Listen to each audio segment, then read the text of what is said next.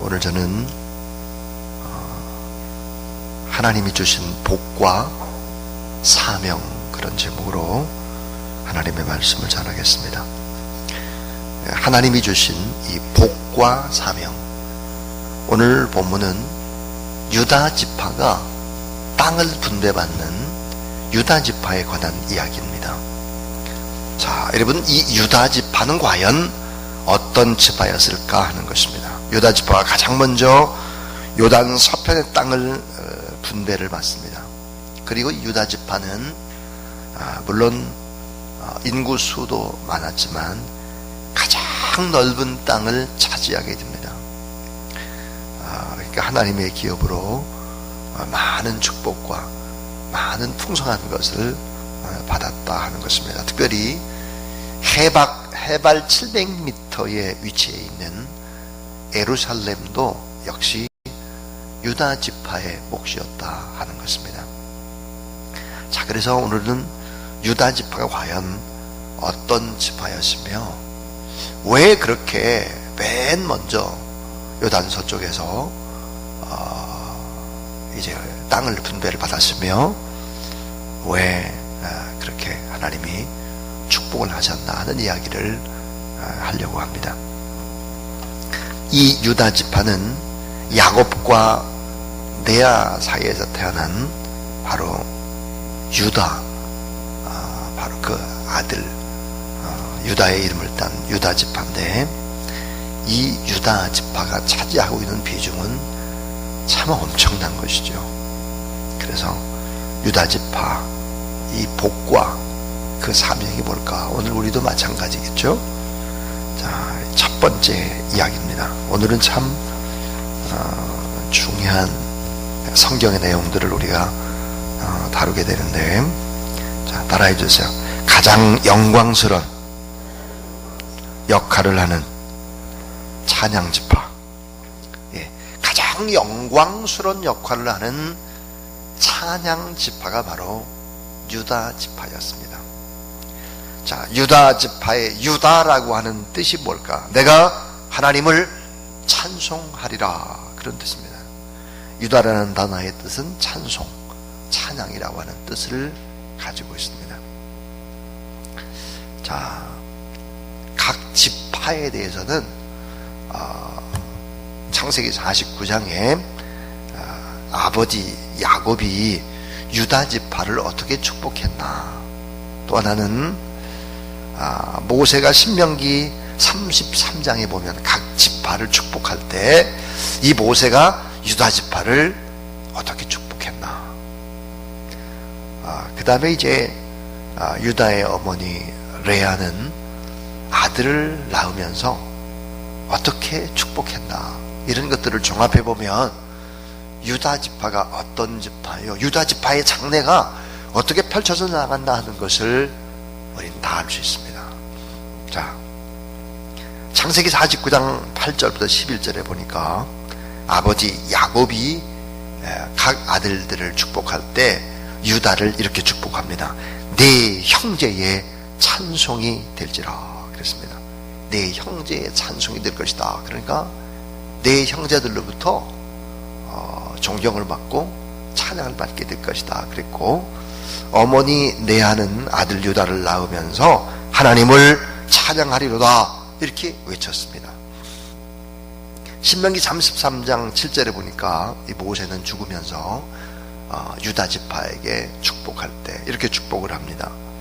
자, 이 축복의 내용을 보게 되면 네 가지가 요약이 되는데, 모세가 한 축복은 유다의 음성을 하나님이 들으실 것이다. 또 하나는 백성들이 유다 지파의 지도력에 순종하게 될 것이다. 그리고 백성들을 유다 지파가 인도하게 될 것이다. 그리고 유다 지파가 승리한다. 이런 내용이 모세의 축복에 담겨져 있습니다. 자, 가장 영광스러운 역할을 하는 바로 이 찬양 지파가 유다 지파였는데, 이사야 43장 21절에 보니까 따라해 주세요. 이 백성은 내가 나를 위해 지었나니 나의 찬송을 부르게 하려 함이라. 예. 하나님이 우리를 이 땅에 창조한 창조의 목적이 뭘까? 그것은 바로 나의 찬송을 부르게 하려 함이라 그랬습니다. 그러니까 하나님을 찬양하는 것이 우리가 이 땅에 창조한 창조의 목적이 됩니다. 하나님은 어떤 분입니까? 찬양받기에 합당하신 분이시죠. 자, 구원하신 바로 목적이, 우리를 구원한 목적이 뭘까? 그분은 우리로부터 찬양을 받기 위하셔서 그러셨다. 그리고 이 찬양하는 사람에게 삶 속에 바로 승리를, 풍성한 축복을 약속하고 있습니다. 그래서 유다 지파는 가장 영광스러운 역할을 하는 찬양 지파였다 하는 것입니다. 자, 감사와 찬양으로 시작하는 것, 이것은 우리가 해야 될, 마땅히 해야 될 일이다 하는 것입니다. 두 번째 더 중요한 것이 있습니다. 그것은 영적인 장자로 앞장서야 할 지파였다 하는 것입니다. 영적인 장자입니다. 그리고 무슨 일이든지 앞장서서 해야 되는 지파가 바로 유다 지파였습니다. 유다 지파가 가장 넓은 땅을 맨 먼저 차지한 것도 단순히 인구가 많아서 그런 것이 아니고 영적인 장자였다 하는 것입니다. 자, 12지파 가운데에 유다 지파는 장자의 역할을 감당하게 됩니다. 자, 여러분, 물론 장자는 루벤이죠. 루벤. 이 루벤이 장자였으나 하나님께 범죄함으로 장자의 특권을 상실하게 됩니다. 이 유다 지파는 자, 하나님 앞에 제사를 드릴 때 특별히 대제사장이 자기 가슴에 붙이고 있는 에봇이라고 하는 것이 있는데, 거기에는 12개의 보석이 붙여져 있습니다. 이 가슴에 12개의 보석, 12지파를 상징하는 12개의 보석이 쫙 붙여져 있는데, 이 보석 중에 이 보석은 세 줄로 이제 세로로 4줄이 되어 있습니다. 그래서 12개인데 맨 앞줄에 유다, 이사갈, 스불론 지파입니다. 그러니까 유다 지파가 맨 앞장에 서게 되는 것이죠. 그래서 이스라엘 백성들이 40년 동안 광야를 이동할 때도 유다 지파가 맨 앞에 서서 모든 백성들을 다 인도하는 것입니다. 그래서 구름 기둥, 불 기둥, 그에 따라서 쫙 이동할 때 맨 앞에 출발은 유다 지파입니다. 동시에 자, 이제 멈췄습니다. 그리고 성막을 중심으로 각 지파를 쫙 이렇게 서열순으로 쭉 다 할 때도 역시 성막 입구 그 앞에는 유다 지파가 진을 칩니다. 이동할 때, 전쟁할 때 맨 앞에 유다 지파입니다. 이 유다 지파는 창세기 49장에 보니까 왕조의 지파다 하는 것을 알 수 있습니다. 홀이 그를 떠나지 아니할 것이다. 홀이라고 하는 것은 왕의 권위를 상징하는 것이죠. 그래서 이 유다 지파에서 누가 나오냐면 다윗이 나왔고, 바로 예수 그리스도가 유다 지파인 것입니다. 그러니까 예수 그리스도의 지파다 이렇게 말할 수 있습니다. 그러니까 이 유다 지파는 영적인 장자로서 무슨 일이든지 맨 앞장서서 나가는 지파가 바로 유다 지파다 하는 것입니다. 제가 늘 하는 얘기가, 자리에 맨 앞자리에 앉는 것은 장로님이나 또 우리 교역자들은 저 뒷자리보다는 앞자리에 앉는 것이 좋다 하는 것은 대단히 성경적인 것입니다. 대단히.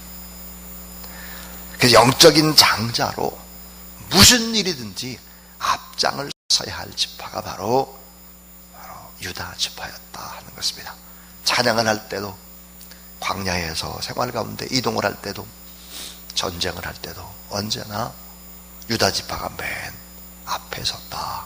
그러니까 가나안 땅에 와서 땅 분배, 서쪽에 있는 땅을 분배받을 때도 역시 맨 먼저 유다 지파가 가장 넓은 쪽, 그리고 예루살렘까지도 다 차지하게 되는 것이다.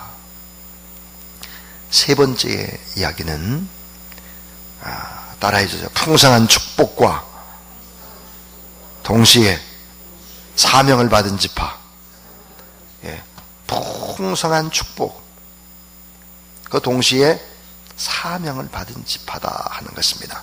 유다 지파를 대표하는 상징적인 의미에서 이 보석이 있죠. 보석. 이 보석이 바로 뭐냐면 홍보석입니다. 홍보석. 이 삶의 풍성함과 아름다움을 상징하는 것이 바로 홍보석이죠.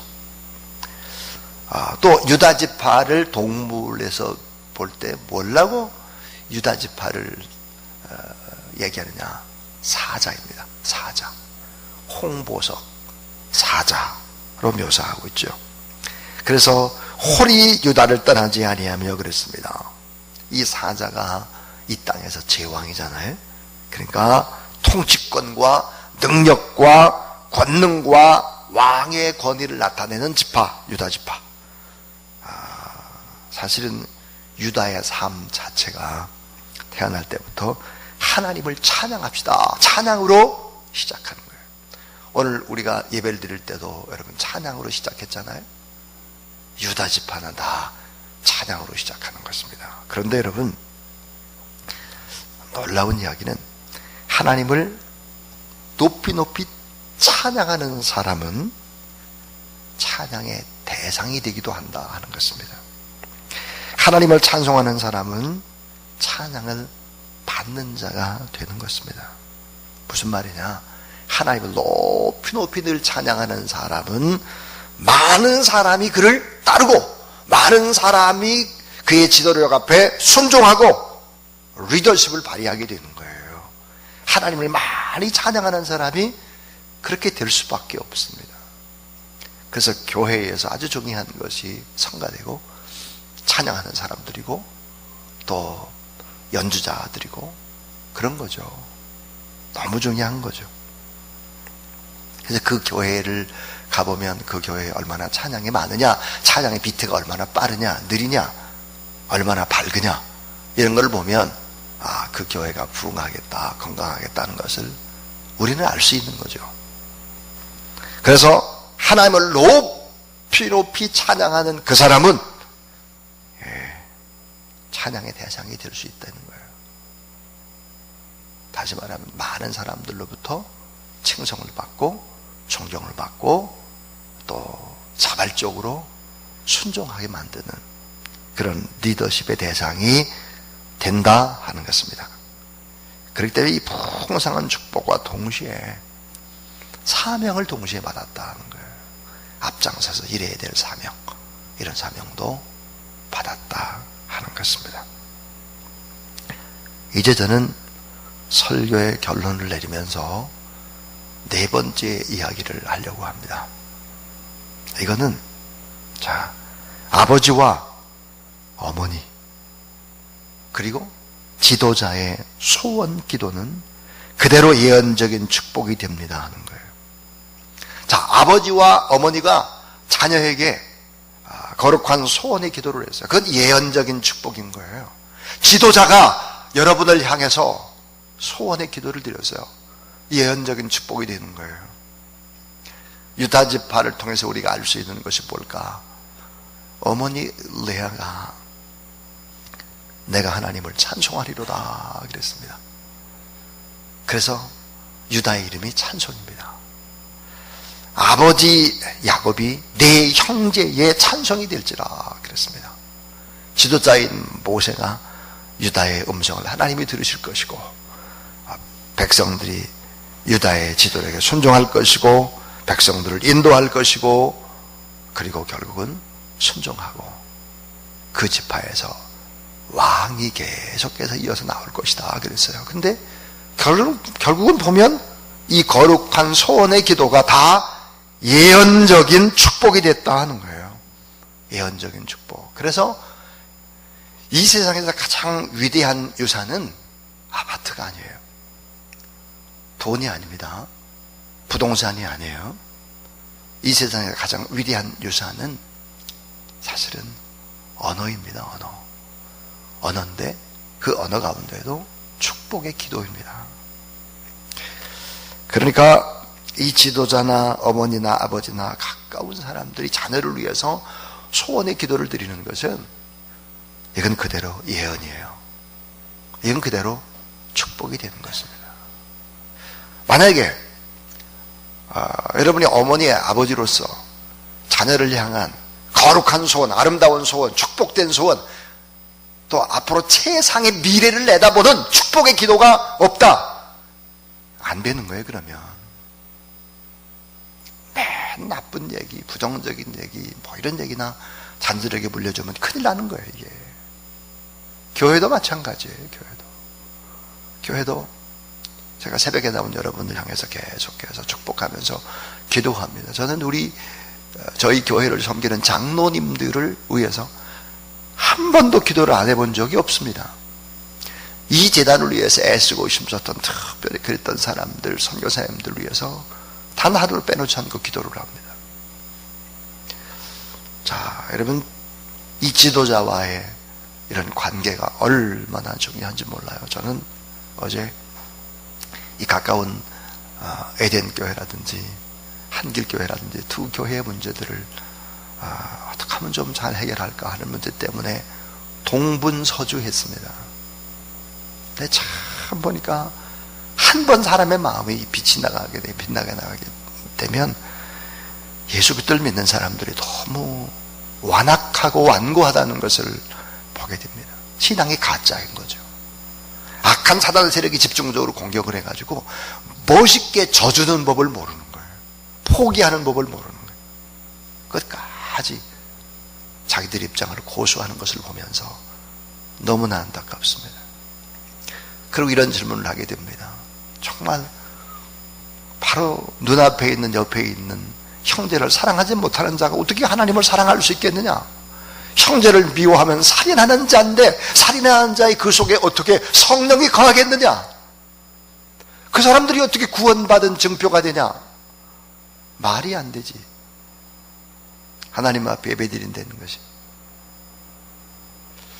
그래서 여러분, 정말 아름다운 관계 가져야 합니다. 부모 자녀와의 관계도 그렇고. 어제 신문에 보니까 제가 하도 기가 막혀서 오려놨습니다. 변변치 못한 직업을 가지고 또 이 일 저 일을 하던 노동자가 보니까 로또 복권에 당첨이 된 거예요. 로또 복권. 그래가지고 이 로또 복권에 당첨이 돼가지고는 이혼을 하고 혼자 살았고, 자녀들은 부산 내에 있는 어머니가 기르고, 그러니까 로또 복권에 당첨이 되니까 가족들이 모여서 좀 돈을 좀 달라 했더니 이걸 안 줘가지고 도망을 치고 이래가지고는 나중에 이제 어머니가, 연세 많은 어머니가 그래 자기 아들을 처벌해달라 해가지고 피켓 들고 시위를 하지를 않나. 로또가 완전히 사람을 망치는 것이죠. 참, 이 말의 위력, 축복 기도의 위력, 예언적인 기적을 일으키는 이 가까운 사람들끼리 정말 이런 축복의 유통들이 있지 않으면 안 된다 하는 거죠. 자, 야곱이 아들 유다에 관한 축복은 그대로 그의 미래가 되었고, 엄마 레아의 말대로 그대로 살게 되었고, 모세의 축복의 기도 때 유다 지파는 결국은 그대로 기도한 그대로 예언적인 역사를 이루어가는 것을 보게 되는 것이죠. 따라해 주세요. 소원의 기도는 예언과 같다. 최고의 유산은 축복의 기도다. 그렇습니다. 여러분, 자녀에게 뭘 많이 남겨주려고 그렇게 못 쓰고 저축하고 그렇게 그럴 필요가 없이 계속 소원의 기도를, 축복 축복의 유산인 언어를 남겨야 되겠죠. 그래서 창세기 49장 야곱의 축복이라든지, 신명기 30장 모세의 축복이라든지, 창세기 29장 어머니 레아의 선언이라든지 다 어떻게 됐느냐, 이대로 가죠. 여러분, 예술가가 작품을 만들 때 부수기도 하죠. 자르기도 하고 뭉치기도 하고 누르기도 하고, 그렇게 해야 작품이 나오듯이 우리 하나님이 아름다운 작품을 만들기 위해서 때로 어때요? 자르기도 하고 누르기도 하고 때리기도 하고 부수기도 하고 그런 과정을 거치는 것이죠.